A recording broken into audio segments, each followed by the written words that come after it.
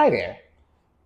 Today, I wanted to introduce a new bike that I just purchased to start a new project.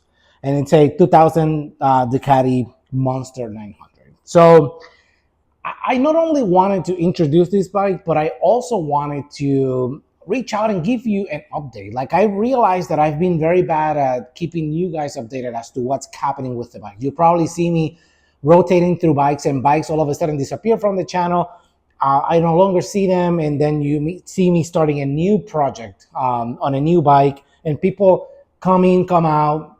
But I realized that I've done a very bad job at keeping people up to date on what's happening. So sometimes, to be quite honest, it's maybe a little bit of a complex where I don't feel like my content is super interesting or maybe helpful for some people. So sometimes I just stay away from providing those updates because I feel like nobody cares about your bikes. So they only care about X modification, etc. But you know what? I'm just gonna do it anyway, and maybe there's a few people that will like it to see it, and maybe this will make sense to you. So at the end, I'm going to go over this bike. I'm going to tell you what are the plans for this other bike, and I'll give you an update overall. So this year I had a Husqvarna Svartpilen, which is sold now, and I also had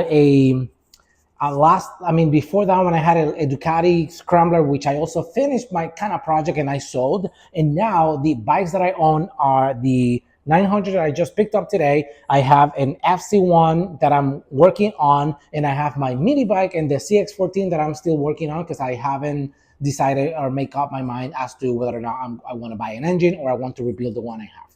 So those are the bikes that I have. The FC1 I'm currently selling.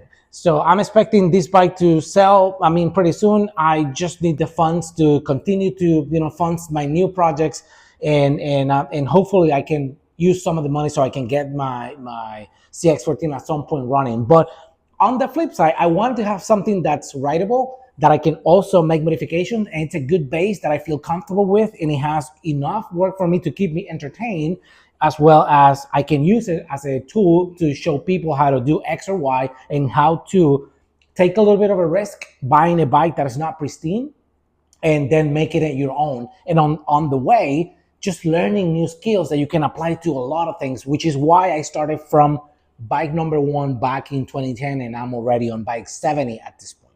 This is a prime example of a bike that was cheap, but it was cheap for a reason. So there's a bunch of like blemishes, there's like dents in the tank. For the most part, the engine sounds pretty good and it seems to be healthy, but I'm still going to be checking valves and checking the belts and whatnot. In case you didn't know, these Ducatis, they have belts like timing belts on a car. And so there's a lot of things that are not working at the moment. There's some issues with the clutch where it's losing pressure, so I'm going to be checking master cylinders and all of that. But I figure you probably own one of these bikes, and maybe you bought it not knowing exactly what the bike was, and maybe I can help you trying to understand that. There's no mechanical issue that money can fix. I'm not wealthy, but I'm willing to put the effort in order to learn something so that it's, most of the times, you can make it yourself in a cheaper way, instead of just taking your bike to a mechanic. Not that it's a wrong thing. If you have the money and the funds to do it, please go ahead and do it.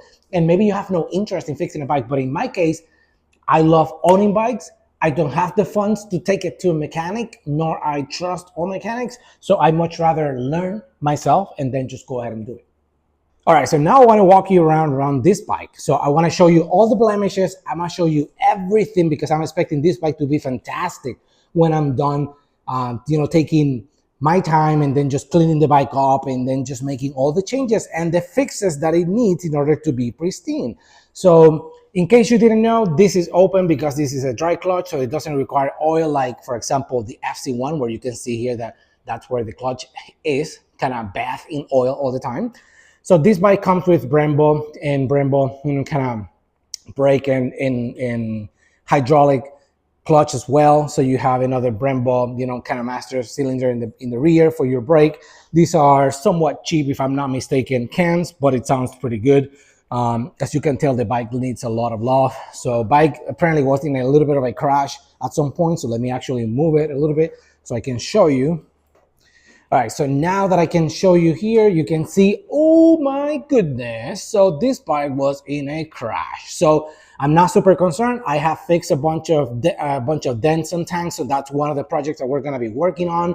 And you can tell like engine is somewhat clean, but on the flip side, there's a lot of like rust, like the bike was like sitting outside and stuff like that. So stuff that I really, really, really want to fix. So no cover here, but you can put some cover. So as of right now, I have to take a look at the chain. To be quite honest, I have not spent a lot of time with the bike because I just purchased the bike, but I'm excited and I wanted to show it to you. Forks are leaking, so I'm going to be working on that as well. And then I have a headlight that is not currently working. Probably after they crashed it, they never. I mean, they put a new one because the other one was bad. But I rode the bike. The bike turns over, and it's it kind of from that perspective, I guess, pretty okay.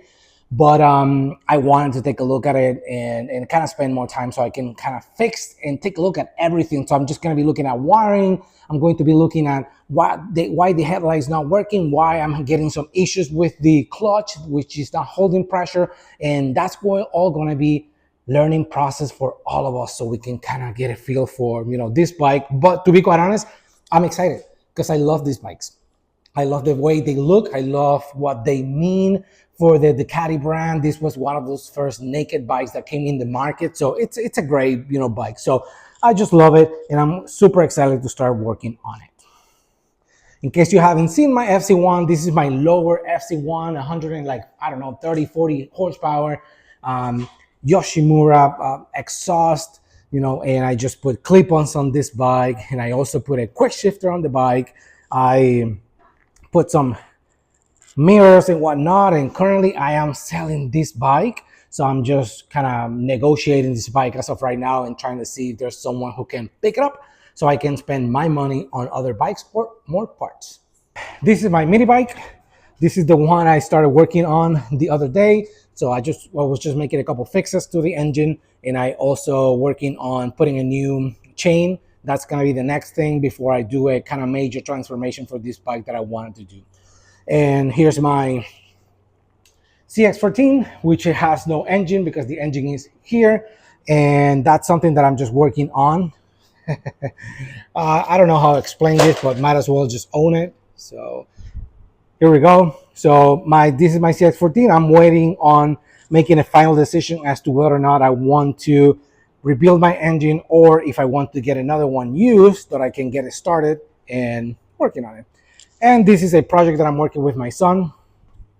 We just put this is a Baja Bird, if I'm not mistaken. So we're in the process of welding this column in here and then just kind of sanding the entire cart so that we can get it running. But it's already running. We just put a new Predator engine in it with let me move this out of the way, with a torque converter, but everything is working and moving as of right now. We're just waiting to work on the steering and hand controls that we're going to be putting twist on throttle plus a brake on here.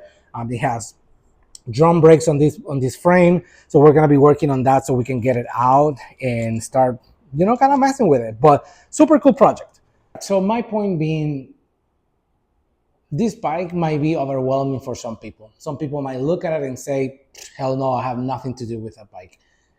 If you get it for decent money, you can probably just make it work and make it look amazing and then just have fun in the process. So I am excited to get started working on this bike, and I'm going to start making a couple of videos about the maintenance that I'm going to be doing, checking leaks, checking forks, checking a lot of things. So all I'm saying is give yourself a chance. Start building, your skills.